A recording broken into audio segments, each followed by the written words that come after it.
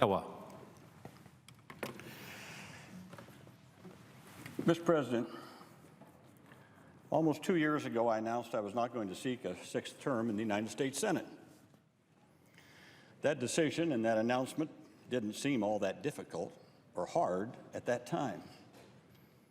You know, after all, 2 years was a long time off. Since then, I've been busy with having hearings and meeting constituents and getting legislation through the Help Committee and working on appropriations. But now, knowing this will be my final formal speech on the floor of the U.S. Senate, now knowing that in a few days a semi-truck's going to pull up to the Hart Building and load hundreds of boxes of my records of 40 years, 30 in the Senate and 10 in the House, and haul all that off to Drake University and the Harkin Institute on Public Policy and Civic Engagement in Des Moines, Iowa. Now, seeing my office at 731 Hart Building stripped almost bare and the shelves cleaned. Now, when I will soon cast my last vote. Now, when I will no longer be engaged in legislative battle, when I will no longer be summoned by the Senate bells. Now, when I will soon just be number 1,763 of all of the senators who have ever served in the United States Senate. Now the leaving becomes hard and wrenching and emotional. And that's because I love the United States Senate. I love my work here. It's been said by a lot of pundits that the Senate's broken. No, it's not. The Senate's not broken. Oh, maybe a few dents, a couple of scrapes here and there, you know, banged up a little bit. But there is still no other place in America where one person can do big things, for good or for ill, for our people and our nation. I love the people with whom I work. This is a deaf sign, I-L-Y. It means I love you. Senators, staff, clerks, Congressional Research Service, doorkeepers, cloakroom, police, restaurant employees, and yes, the pages. Especially to those who labor outside the lights and the cameras and the news stories, who make this Senate function on a daily basis. I thank you. I particularly want to thank my wonderful, hardworking, dedicated staff, both present and past, both personal and committee staff. And when I say committee staff, I mean the Appropriations Subcommittee on Labor, Health, and Human Services, which I've been privileged to chair or be ranking member of since 1989. I mean also the Committee on Agriculture, on which I have served since 1985, which I chaired twice for 2 farm bills, once in 2001 and 2002, and the second one in 2007 and 2009. I mean the Committee on Health, Education, Labor, and Pensions, which I have chaired since the untimely death of Senator Ted Kennedy in 2009. Now, I first heard Pat Leahy say this, so I always attribute it to him. He once said that we senators are just a constitutional impediment to the smooth functioning of staff. This is truer than most of us would probably like to admit. Also, in thanking my staff, I don't just mean those who work in Washington. I would never have been reelected 4 times without the hands-on, day-in, day-out constituent service of my Iowa staff. The casework they have done in helping people with problems is every bit as important as any legislative work done here in Washington. In 2012, our office marked a real milestone. The 100,000th constituent service case that we've processed since 1985. I cannot count the number of times Iowans have personally thanked me for something my staff has done to help them. Well, there's a story out our way that I've heard for a long time. A little story goes like this. If you're driving down a country road and you see a turtle, got that image, a turtle sitting on a fence post, you can be sure of one thing: it didn't get there by itself. Well, I can relate to that turtle. I didn't get here by myself. My staff helped. So I thank my staff of past and present who have so strongly supported me when I was right, so diplomatically corrected me when I was wrong, and who all labored in a shared commitment to provide a hand up, a ladder of opportunity to those who had been dealt a bad hand in the lottery of life. I ask consent, Mr. President, to list the names of my staff so they will be forever enshrined in the history of the United States Senate. Without objection. But most of all, I thank my wife, Ruth, the love of my life, my wife of 46 years. You have been my constant companion, my soulmate, my strongest supporter, and my most honest critic. You've been my joy in happy times and my solace when things just didn't go right. So I'm looking forward to more adventures and love and excitement with you in the years ahead. To our two beautiful, smart, caring, and compassionate daughters, Amy and Jenny, I thank you for always being there for your dad, for giving me such wondrous joy in being a part of your growing up. I am so proud of both of you. And to my son-in-law, Steve, and to my grandkids, McQuaid and Daisy and Luke, look out, here comes Grandpa.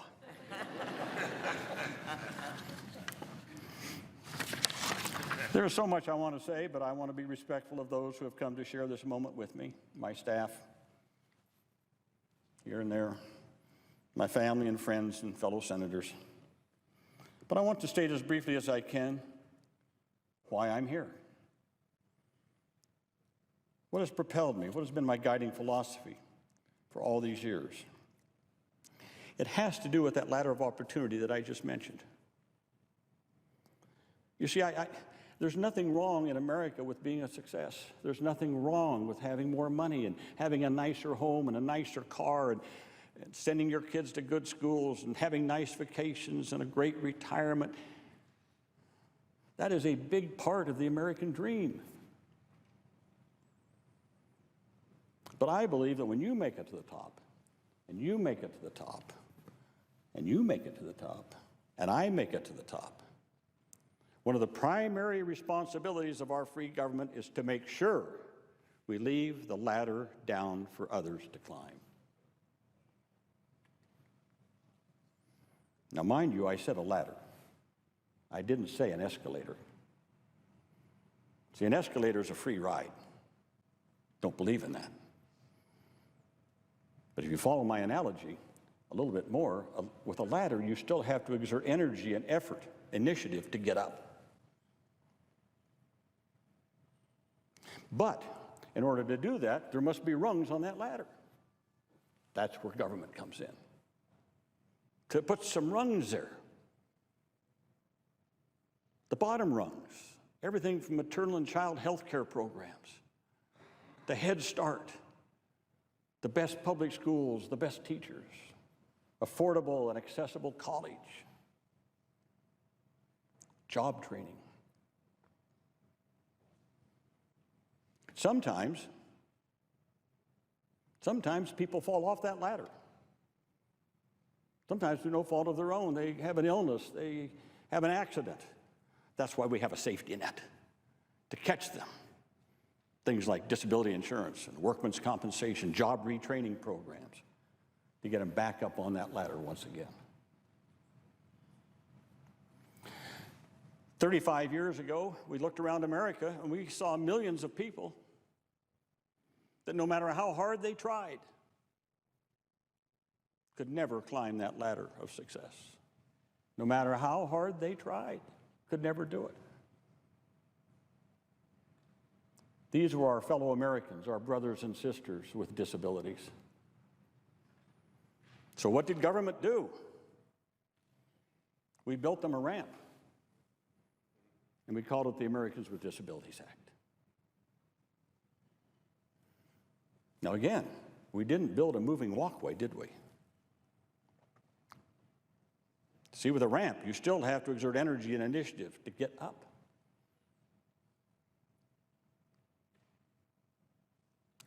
I've often said there's not one dime, not one nickel in the Americans with Disabilities Act given to a person with a disability. What we did is we broke down the barriers. We opened the doors of accessibility and accommodation, and we said to people with disabilities, now go on.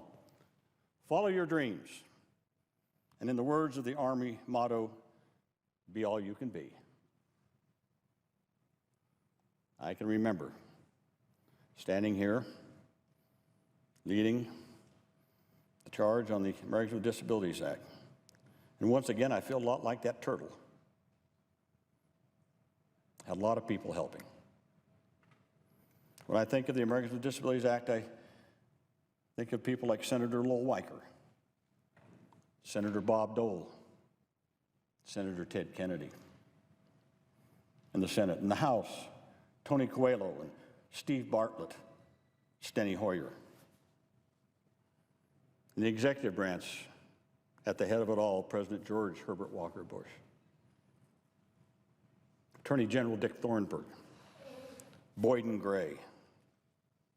And on the outside, people like Ed Roberts and Mark Bristow, Bob Kafka,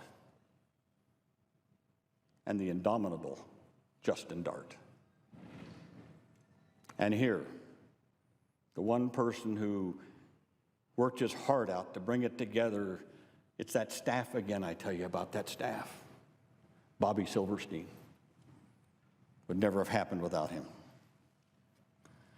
And so I believe that government must not be just an observant bystander to life. It must be a force for good, for lifting people up, for giving hope to the hopeless. You know, I've never had an I Love Me wall in my office. What I did have were 2 items on the wall by my door when I walk out to go vote or go to a committee meeting or whatever. One is a drawing of the house in which my mother was born and lived until she was 25 years of age when she immigrated to America. That small little house was in Suha, Yugoslavia. It's now Suha, Slovenia. That little house had a dirt floor and no running water. That was my mother's house. The second item on my wall is this. It's my father's WPA card. And it says, notice to report for work on a project. WPA Form 402. It's to Patrick F. Harkin, Cumming, Iowa.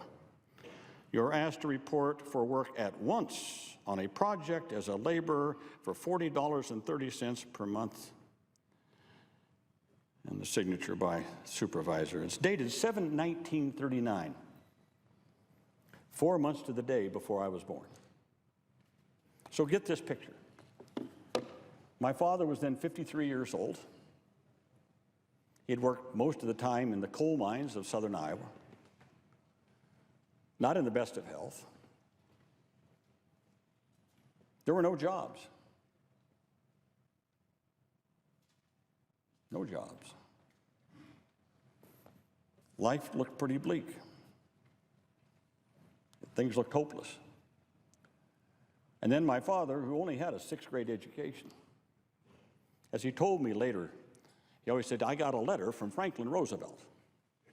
He always thought Franklin Roosevelt sent this to him personally, you see.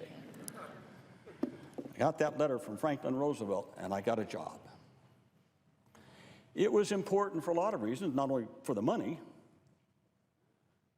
and the dignity of work, but it gave my father hope. Hope that tomorrow would be better than today, that our family would stay together. See, we had 5 kids and a 6th one on the way, me. And it gave him hope that his kids would have a better future. I often think that the project he worked on is called Lake Aquabi. My friend Senator Grassley knows about Lake Aquabi. It's right south of Des Moines. It's a state park now with a lake and recreation, and people still use it today. Every federal judge who is sworn in takes an oath to, quote, do equal right to the poor and to the rich. To do equal right to the poor and to the rich. Can we here in Congress say that we do that? That we provide equal right to the poor and the rich alike? Our growing inequality proves we are not. Maybe we should be taking that oath. There are 4 overriding issues that I hope this Senate will address in its coming session and in the years ahead. Number 1, as I mentioned, the growing economic inequality in America. It's destructive of lives, it slows our progress as a nation, and it will doom broad support for representative government.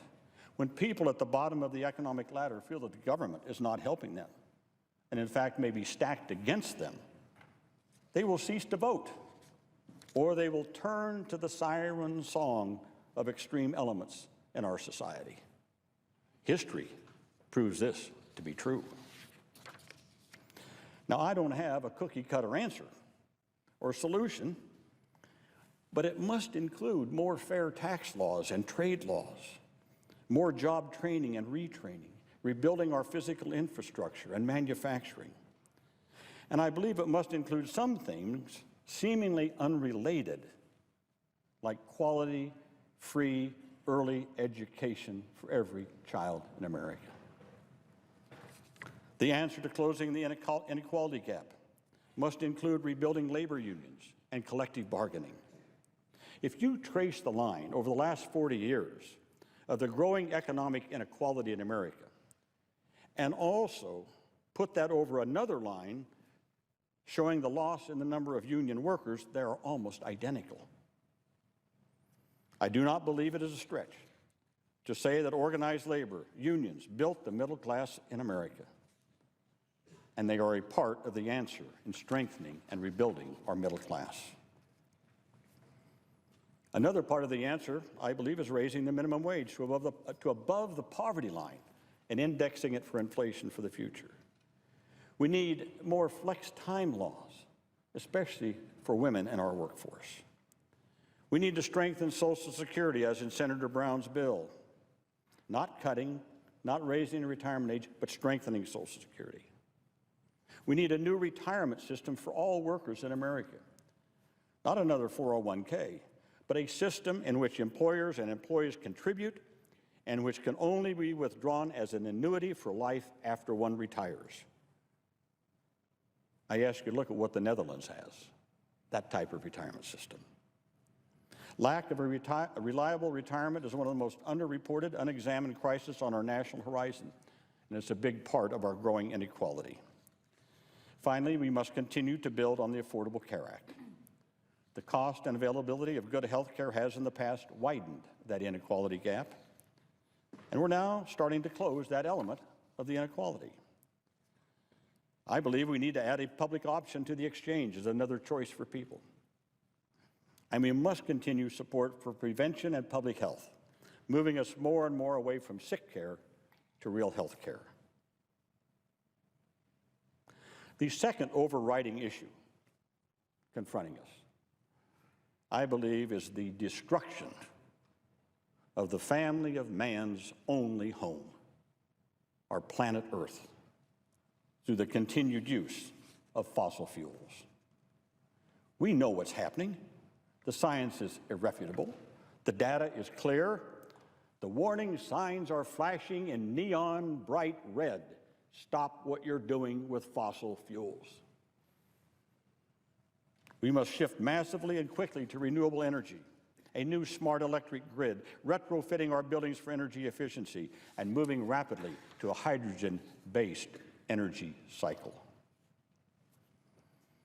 The third issue I commend to the Senate for further development and changes in existing laws is the underemployment of people with disabilities.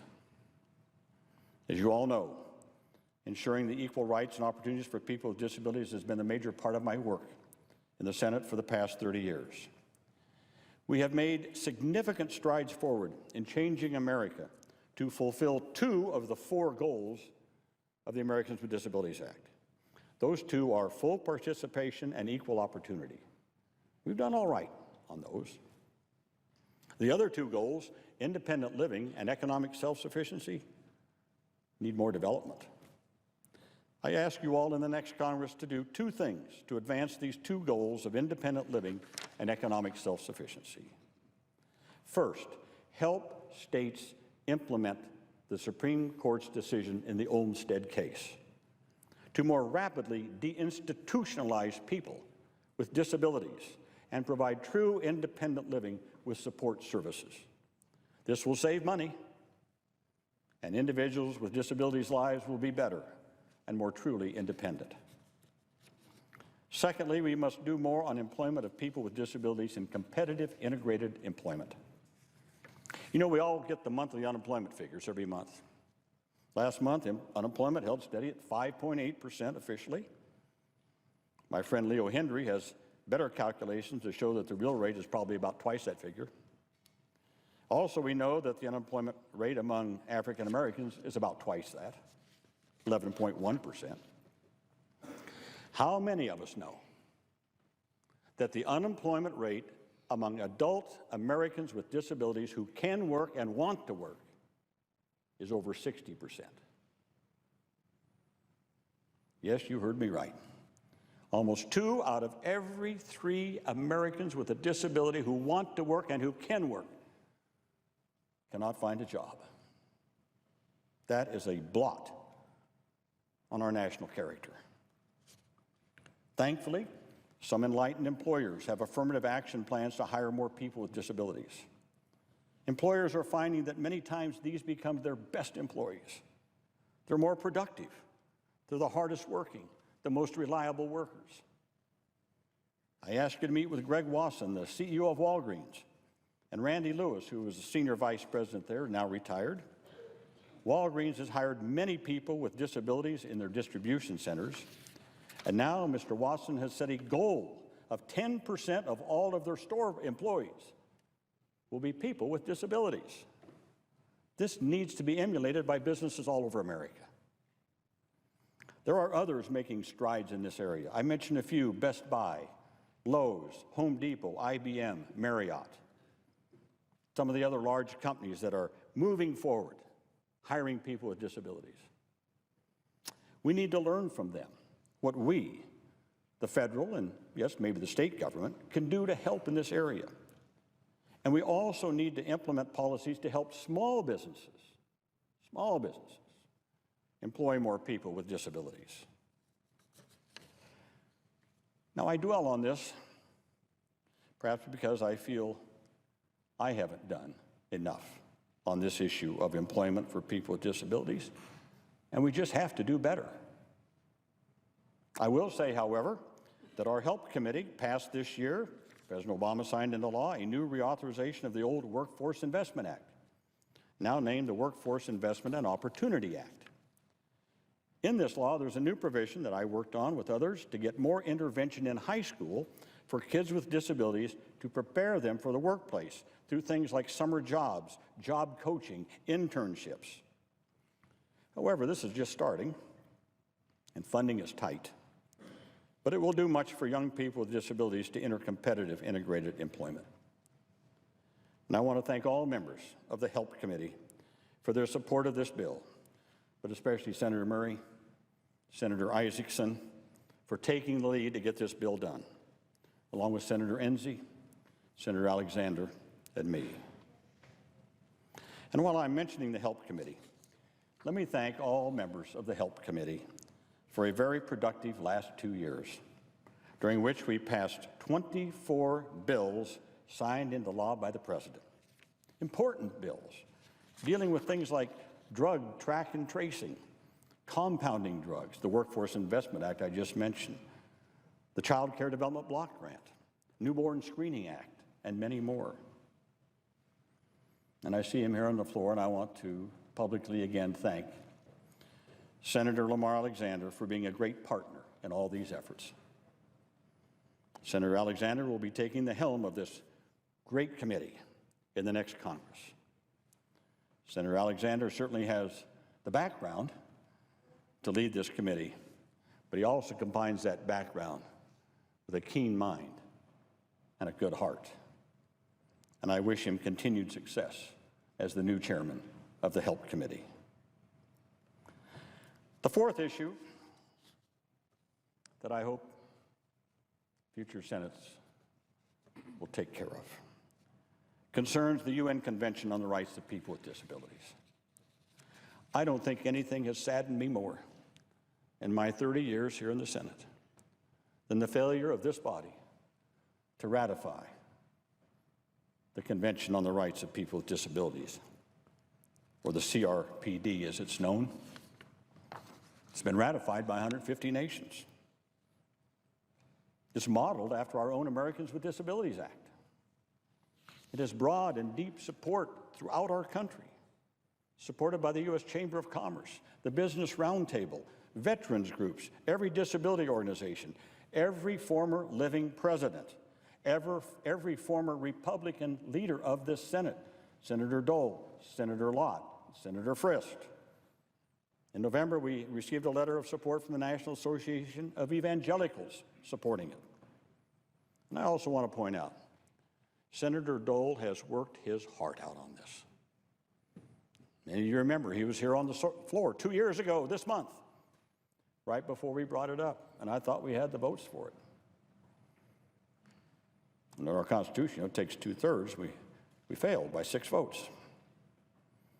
But Bob Dole has never given up on this, never. Well, I hope the next Senate will take this up and join with the rest of the world in helping to make changes globally for people with disabilities. So I came to Congress, the House, in 1974 as one of the Watergate babies. With my retirement and the retirement in the House of Congressman George Miller and Congressman Henry Waxman, we are the last of the so-called Watergate babies, with 2 exceptions.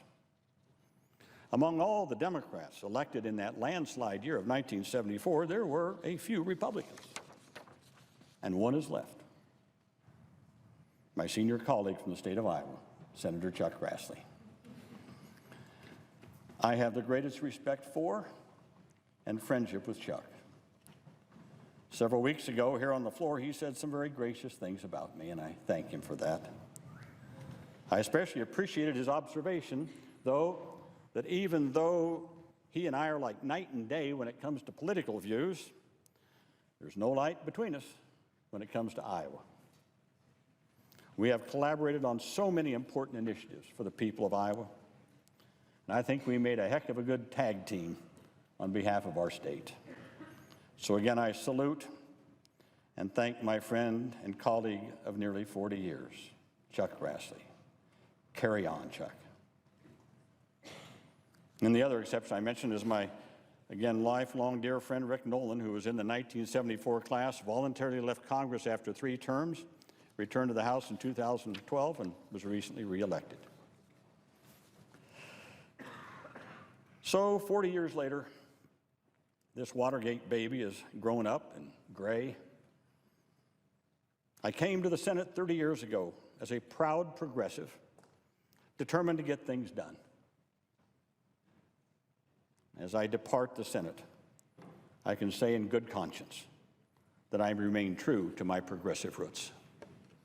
I have worked faithfully to leave behind a more vibrant Iowa, a more just and inclusive America, and a stronger ladder and ramp of opportunity for the disadvantaged in our country.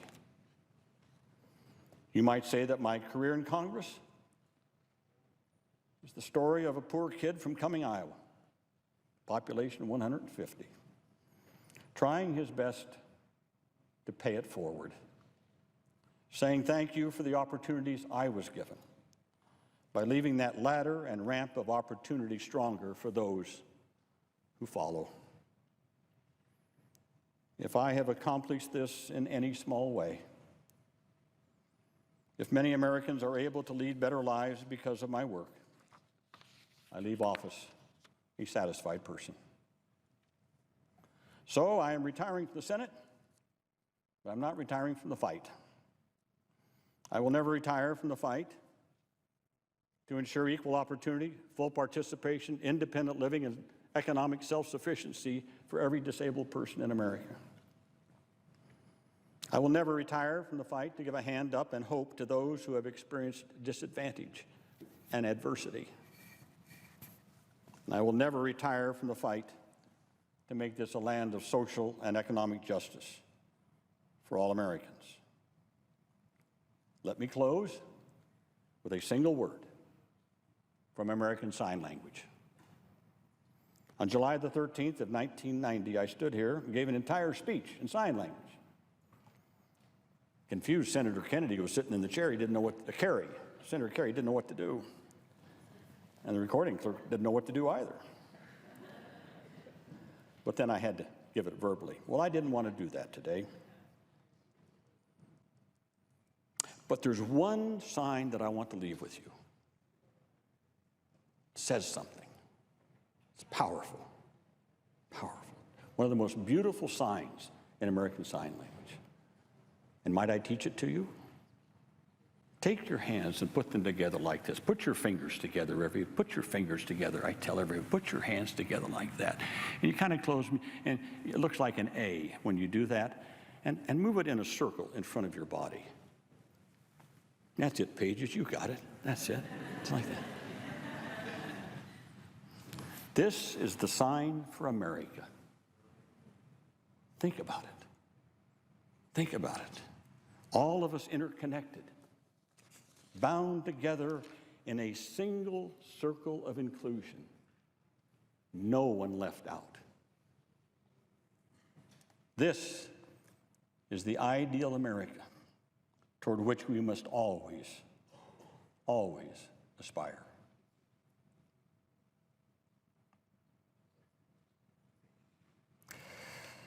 And with that, Mr. President,